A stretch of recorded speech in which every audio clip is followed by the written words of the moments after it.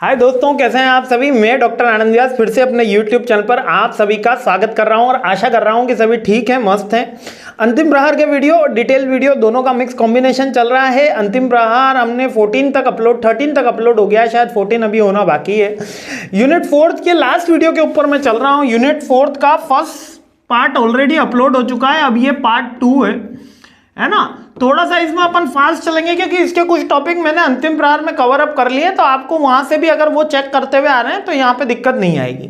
और पहली बार ऐसा हुआ कि मैंने अंतिम प्रहार पहले किया ताकि बच्चों में से ये डर तो निकल जाए कि कल बैक लगने के कोई भी चांसेस हैं। तो कोई भी इस तरीके की बातें बिल्कुल मत सोचे, न करे, क्योंकि आपने तैयारी कर रखी है और आपकी मेहनत पे आपसे ज्यादा मुझे भरोसा है। यकीन मानिए, मुझे तो बहुत भरोसा है अपने स्टूडेंट्स के ऊपर, है ना। और आपने मेरे साथ तैयारी करी और आपने पढ़ाई करी है, आपने बहुत मेहनत करी है, आपका पेपर अच्छा जाएगा, ये मेरी पूरी दुआ है, विश है और भरोसा भी है। ठीक है। इंट्रिंसिक वैल्यू और मार्केट वैल्यू अपन ऑलरेडी देख चुके थे। जो मार्केट अपन लाइफ टाइम के अंदर जो वैल्यू से रिटर्न हमको मिलना होता है वो इंट्रिंसिक वैल्यू कहलाती है, और मार्केट वैल्यू जो अभी करंट मार्केट की वैल्यू चल रही होती है ये कहलाती है। ऑलरेडी मैंने फर्स्ट पार्ट में कवर अप कर दिया था, अर्निंग मल्टीप्लायर मॉडल भी कवर अप कर दिया था, पी रेशो भी मैंने डिटेल अंतिम प्रहार में और अच्छे से समझाया है, प्राइस बुक वैल्यू भी समझा चुका हूं, प्राइस टू सेल्स समझा चुका हूं, इकोनॉमिक वैल्यू एडेड मेथड। अब ये इकोनॉमिक वैल्यू एडेड मेथड है, यहाँ पे नट शेल में बता रहा हूं क्योंकि अंतिम प्रहार में ऑलरेडी इसका डिटेल वीडियो बन चुका है। इकोनॉमिक वैल्यू एडेड मेथड एक ऐसा मेथड है जिसके अंदर हम वेटेड एवरेज की हेल्प लेके जो डिफरेंट पैरामीटर्स हैं, यदि मेरे को कंपनी की परफॉर्मेंस चेक करनी है, ऑर्गेनाइजेशन की परफॉर्मेंस चेक करनी है, तो मैं इकोनॉमिक वैल्यू एडेड मेथड का यूज करता हूं। इसके अंदर हम चेक करते हैं करंट वैल्यू के साथ में कि ये कंपनी ने अच्छा परफॉर्मेंस किया या खराब परफॉर्मेंस किया। फाइनेंशियल मैनेजमेंट का कोर पार्ट माना जाता है इकोनॉमिक वैल्यू एडेड मेथड। इसका फॉर्मूला भी काफी सिंपल है। इसका फॉर्मूला है net operating profit minus working weighted average cost of capital into capital invested. ये काफी सिंपल फॉर्मूला है और ऑलरेडी अपन इसको भी अंतिम प्रहार में डिटेल में डिस्कस कर चुके हैं। तो अभी यहाँ पे ये चीज भी मैं स्किप करूंगा क्योंकि आप वो वाली सीरीज के अंदर ऑलरेडी देख चुके हो, तो यहाँ पर वीडियो लंबा करने का अभी समय भी नहीं है और मौका भी नहीं है, दस्तूर भी नहीं है। अगर कभी मौका दस्तूर होता है फ्री में अपन बाद में देखेंगे। ठीक है। वैल्यूएशन ऑफ डिबेंचर, अब याद रखिए अभी तक अपन ने valuation of the P firm से stock valuation, portfolio management, portfolio evaluation के सारे टॉपिक्स देखे। अब वैल्यूएशन ऑफ द डिबेंचर, अब ये डिबेंचर और बॉन्ड वैल्यूएशन वैसे दोनों सिमिलर टॉपिक्स माने जाते हैं। डिबेंचर भी एक तरीके का लोन एग्रीमेंट होता है और बॉन्ड भी एक तरीके का लोन एग्रीमेंट होता है। दोनों की टर्मिनोलॉजी यानी नाम में डिफरेंस है, दोनों ही एक चीज है। जैसे गंगाधर ही शक्तिमान है वैसे शक्तिदान ही गंगाधर है, दोनों चीजें एक ही हैं। केवल जब अपन बुक के अंदर थ्योरेटिकल लिखते हैं तो बॉन्ड अलग कहलाते हैं और डिबेंचर अलग कहलाते हैं, है ना। दोनों के पीछे गारंटी होती है, दोनों में एक टाइम पीरियड होता है, दोनों में एक मैच्योरिटी पीरियड होता है, ये सारी की सारी चीजें। अब वैल्यूएशन कैसे होती है? यूजुअली बॉन्ड का वैल्यूएशन का न्यूमेरिकल बनता है। कौन से क्वेश्चन बनता है आपका? बॉन्ड के वैल्यूएशन का न्यूमेरिकल बनता है, वो भी डिस्काउंटेड रेट पे, डिस्काउंटेड रेट पे। केवल जो नेट प्रेजेंट वैल्यू का मल्टीप्लायर आएगा, जैसे 8.26 आया था, उससे मल्टीप्लाई करके अपन सम लगा के, इसका अंतिम प्रहार में इसका भी मैं करवा चुका हूं, है ना। इसलिए इसका यहां पर अपन इसलिए डिटेल में नहीं देखेंगे, केवल आपको ये टॉपिक क्लियर रखना है कि valuation of debenture is the mean the amount invested in the debenture current scenario. Current present value के अंदर उसका क्या वैल्यूएशन होती है, इसको कहते हैं। Bond valuation is the debenture, देखो including that debenture understanding determining the fair price of the bond. Fair price का मतलब क्या है कि मान लो कि मैं 1000 रुपए इन्वेस्ट कर रहा हूं, क्या वास्तव में वो 1000 है कि 1100 करने चाहिए थे कि 800 करने चाहिए थे? उसके जो रिटर्न मिल रहा है ये डिस्काउंटेड रेट के रेट ऑफ रिटर्न से अपन कैलकुलेट करते हैं। यानी कि अब ये डिस्काउंटेड रेट का फंडा क्या है सर? डिस्काउंटेड रेट का फंडा ऐसा है दोस्तों कि आज जो 100 रुपया है वो कल जाके कुछ कम बढ़ेगा ही, 110 होगा ही अगर 10% इन्फ्लेशन रेट है, और अगर यही कंटिन्यूस रही तो ये 121 रुपये हो जाएगा। अगर 5 साल में आज का 100 रुपया 110 रुपया होगा और अगले 10 साल में 121 रुपये हो जाएगा 10 ईयर्स में। इन्फ्लेशन रेट जब मैं मिनिमम चल रहा हूं, लेकिन 10% 6% की अभी अपने इन्फ्लेशन रेट है, यानी अगले साल 100 कितना बन जाएगा? 106। तो इस तरीके से आज का जब मेरे को कैलकुलेट करना है कि आज का 100 रुपया वास्तव में कितना है, तो वो 100 से कम ही आएगा। अब 100 जो हो जाएगा वो अपना 106% हो जाएगा। 100% पे मेरे को जाना होगा, तो सिंपल सी बात है, 100 डिवाइड बाय 106 इंटू 100 सॉल्व करेंगे तो अभी की प्रेजेंट वैल्यू आ जाएगी। इसी को डिस्काउंटेड टर्मिनोलॉजी बोलते हैं, मतलब कि आज के लिए 100 रुपए की वैल्यू निकालना। ठीक है, 106 कहां से आया, वो परसेंटेज का निकला, 100 प्लस 6%। ठीक है, तो इसी तरीके से डिस्काउंटेड से हम बॉन्ड की वैल्यूएशन और डिबेंचर की वैल्यूएशन निकालते हैं। इसकी टर्मिनोलॉजी काफी इंटरेस्टिंग है ना, जो आपको ध्यान रखनी चाहिए। केवल बेसिक पॉइंट पूछे जाते हैं इसके, है ना। Nature of bond and valuation. Bond का नेचर क्या होता है, एक तरीके का लोन होता है, तो डेप्ट ही बोलते हैं। Bond is a dept security under which the issue owns the holder of the डेप्ट, यानी सिक्योर्ड लोन की तरह होता है। यानी सबसे आपके बॉन्ड का पैसा कभी भी नहीं डूबेगा जब तक कंपनी दिवालिया घोषित न हो जाती है, और दिवालिया होगी तब भी बॉन्ड को पैसा और प्रेफरेंस शेयर को पैसा पहले दिया जाता है। सबसे पहले क्रेडिटर्स, उसके बाद बॉन्ड, उसके बाद प्रेफरेंस शेयर, उसके बाद कुछ बच जाता है तो इक्विटी शेयर को पैसा जाता है।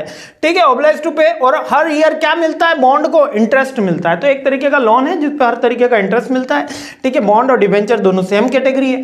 ठीक है, bond theorem, term structure, interest rate. अच्छा आ जाइए, understanding the bond valuation. Bond valuation का मतलब है, बॉन्ड वैल्यूएशन का मतलब है, जैसे आज मैंने किसी को 1000 रुपये उधार दिया और कहा कि आप मेरे को इस पे 10% से इंटरेस्ट देंगे। कितने परसेंट से इंटरेस्ट देंगे, तो हर साल वो बंदा मेरे को कितने रुपए देगा, 100 रुपए देगा। अब मान लो वो बॉन्ड का 5 साल के लिए है, तो 4 साल तक तो वो 100 देगा, 1 2 3 4, और 5th ईयर कितना देगा, 1100 रुपए देगा। अब ये कोई समझना मुश्किल है क्या, इसी को इसकी टर्मिनोलॉजी बोलते हैं। और ये जो इंटरेस्ट रेट है इसको बोलते हैं कूपन रेट। इस इंटरेस्ट रेट को बॉन्ड के टाइम पे क्या बोलते हैं, कूपन रेट, है ना। बॉन्ड का वैल्यूएशन कैसे करा, तो बॉन्ड की टोटल वैल्यूएशन क्या आई, जल्दी से देखो, बॉन्ड की टोटल वैल्यूएशन क्या आई, यहां पर अपन ने सीखा था ना, ये देखो बॉन्ड की टोटल वैल्यूएशन क्या आई, 5 साल के तो अपन को मिले 500, 500 प्लस 1000 कितने हो गए, 1500 रुपए बॉन्ड की वैल्यूएशन है। यानी 1000 लगाओगे तो 1500 पाओगे, कितने टाइम में, 5 साल में। That is the bond valuation. अब बताओ कहाँ बच्चे को पढ़ाया जा रहा है, कहाँ उनको सिखाया जा रहा है, जो शेयर मार्केट कॉम्प्लेक्स है वो छोड़ के बॉन्ड बॉन्ड बॉन्ड बच्चे पढ़ाया जा रहा है। लेकिन इसमें सीखने लायक ही नहीं है, क्योंकि ना तो हम अपन इसका वो करते हैं, बिजनेस करते हैं, ना ये मार्केट में डायरेक्टली इशू होता है। हाँ, एक फाइनेंशियल इंस्ट्रूमेंट है जो कंपनी के CS लेवल पे बच्चों को जानना बहुत जरूरी है, बॉन्ड की वैल्यूएशन निकालना बहुत जरूरी है। लेकिन जब मैं MBA के स्टूडेंट की बात करता हूँ, ना तो कोई बच्चा MBA का म्यूचुअल फंड एडवाइजर बनेगा, शेयर मार्केट इवेल्यूएटर बनेगा, ट्रेडर बनेगा, और थोड़ा पैसा ज्यादा आया तो ऑपरेटर बनेगा, लेकिन बॉन्ड के अंदर वो कोई हेराफेरी नहीं कर सकता। तो इसमें इतना परेशान होने वाली भी बात नहीं है। नेक्स्ट आ जाती है कूपन रेट। कूपन रेट मैंने आपको बता ही दिया कि कूपन रेट क्या है, जो इन्वेस्टर की जो इंटरेस्ट रेट होती है जिसपे बॉन्ड का रिटर्न दिया जाता है उसको कूपन रेट बोलते हैं। अब मैच्योरिटी डेट, मैच्योरिटी डेट जैसे कि अभी अपन ने देखा था, सॉरी गला खराब हो गया थोड़ा, आप बोल बोल के आपको इसके अलावा और बता दूं, आपके ही अलावा लगातार 7 आवर्स से अभी सुबह से शाम तक चल रहा था क्लास। अभी जस्ट थोड़ा सा समय मिला और आपके पूरा मैं लग गया हूं, पूरी कोशिश चल रही है कि अच्छे से अच्छा आपके क्वेश्चन हिट हो, पूरी दुआएं चल रही है हमारे साथ में, आपके भी सरस्वती माँ पूरी मेहरबान है, सारे क्वेश्चन बैठ रहे हैं, तो इसी तरीके से अपन भी पढ़ रहे हैं। तो थोड़ा सा आवाज़ में फ्लक्चुएशन आ सकता है, थोड़ी सी मेरी आवाज़ में करकराहट थोड़ी सी आ सकती है, तो थोड़ा 2-3 दिन एडजस्ट करो, है ना। एग्जाम का टाइम है, मैं गैप भी नहीं ले सकता, बट ठीक है, दवाई गोली खा के चल रहा है, और इतना कोई सीरियस बात नहीं कि गेट वेल सून वगैरह, है ना। हाँ, तो आ जाइए मैच्योरिटी डेट। मैच्योरिटी डेट की क्या बात है, मैच्योरिटी डेट कमन कि मैच्योरिटी डेट जितने टाइम पीरियड के बाद बॉन्ड को रीपेमेंट करना होता है, इसको क्या बोलते हैं, रीपेमेंट। और रीपेमेंट को एक और टर्म है, इसको रीपेमेंट करना होता है। और अगर ये डिबेंचर के संदर्भ में पूछी जाती है, किसके संदर्भ में, डिबेंचर या प्रेफरेंस शेयर्स के संदर्भ में पूछी जाती है, तो इसको बोलते हैं रिडम्पशन। रिडम्पशन देखो, फाइनेंस वाले तो सारे जानते होंगे, मतलब कि जो कॉमर्स बैकग्राउंड से, नॉन कॉमर्स वाले के लिए नया वर्ड है रिडम्पशन। ठीक है, रिडम्पशन बोलते हैं डिबेंचर और बॉन्ड के लिए, और रीपेमेंट बॉन्ड के लिए बोलते हैं, सॉरी रिडम्पशन बोलते हैं डिबेंचर और प्रेफरेंस शेयर के लिए, और रीपेमेंट बोलते हैं बॉन्ड के लिए, बस। और मैच्योरिटी डेट का मतलब the time period the after the जिस सर्टेन टाइम पीरियड के बाद आपको ये पेमेंट करना होता है, ये मैच्योरिटी डेट बोलती है। Current price depending on the level of interest rate, है ना, in the environment, in the investor में purchase a bond at par. अच्छा, पार पे भी हो सकता है, बिलो भी हो सकता है, और अबव भी हो सकता है। यानी कि यदि मैं बॉन्ड खरीदता हूं, कोई कंपनी बॉन्ड इशू करती है, तो वो 3 तरीके से कर सकती है। सारे कॉमर्स वाले तो ये बात जानते हैं कि डिबेंचर इशू होता है तो 3 तरीके से हो सकता है। एट पार पे होता है। पार का मतलब ये 100 रुपए का बॉन्ड है, आपको 100 रुपए में ही मिलेगा, इसको बोलते हैं एट पार, है ना। एट डिस्काउंट पे होता है। अब मान लेते हैं 5% डिस्काउंट है तो 100 रुपए का बॉन्ड अपन को कितने में मिलेगा, 95 रुपीज में मिलेगा।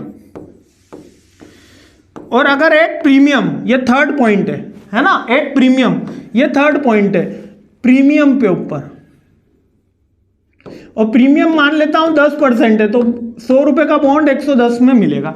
अब बोलो कि कोई 100 का बॉन्ड 110 में क्यों खरीदेगा, क्योंकि सिक्योर्ड इन्वेस्टमेंट है, एक बड़ी कंपनी है, आपको कुछ उसके अंदर वो राइट भी दे देंगे, जैसे कि वोटिंग का राइट दे देंगे, वैसे तो दिए नहीं जाते लेकिन कोई स्पेशल प्रिविलेज दे देंगे, कुछ डिस्काउंट्स दे देंगे। अगर कोई शॉपिंग की वेबसाइट है या कोई कंपनी है प्रोडक्ट की तो फ्री में प्रोडक्ट डिलीवर कर देंगे। और आप अगर वहां के एम्प्लॉय हैं तो आपको वो चीज जैसे फ्री बेनिफिट दे दी जाती है कि आपको 100 का बॉन्ड 110 पे, यानी कि 10% जो फर्स्ट ईयर का इंटरेस्ट है वो तो वैसे ही खत्म हो गया।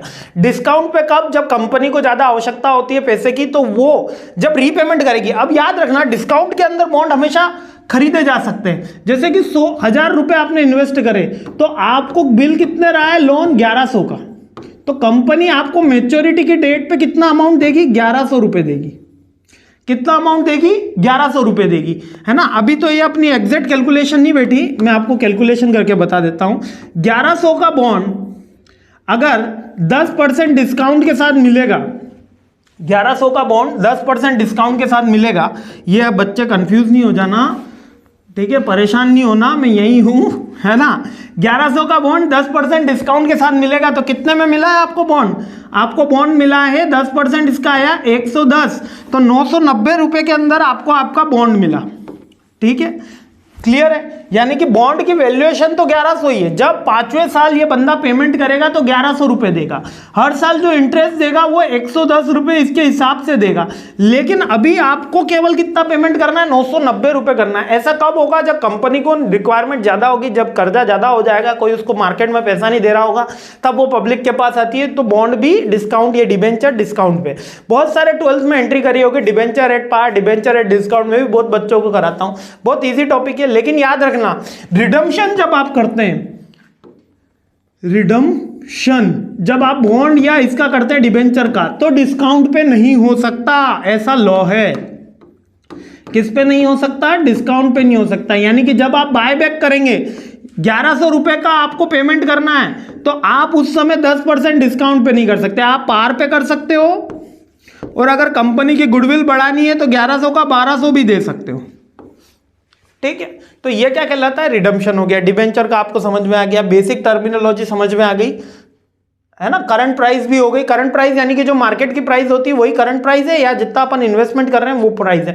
वैसे डिबेंचर और बॉन्ड मार्केट में ट्रेडेबल नहीं होते, इसलिए इनकी करंट प्राइस कौन सी होती है, जो अमाउंट वी इन्वेस्टेड। यहां पर भी depending on the level of interest rate को जोड़ के, हाँ, लेकिन इसमें डिस्काउंटेड वो बिल्कुल चलता है। डिस्काउंटेड का अपन एनपीवी फैक्टर से निकालते हैं और उसका न्यूमेरिकल मैंने अंतिम प्रहार में निपटा दिया है। एक ही न्यूमेरिकल है, कोई चिंता मत करो, सीधा सीधा उसको देख लेना। इसी के साथ आपकी 4th यूनिट कंप्लीट हो गई है दोस्तों। कौन सी यूनिट, 4th यूनिट कंप्लीट हो गई। जल्दी 5th यूनिट लेकर आ रहा हूं, तब तक के लिए मेरे साथ बने रहिएगा, मस्त रहिएगा, खुश रहिएगा, मुस्कुराते रहिएगा और इसी के साथ पढ़ते भी रहिएगा।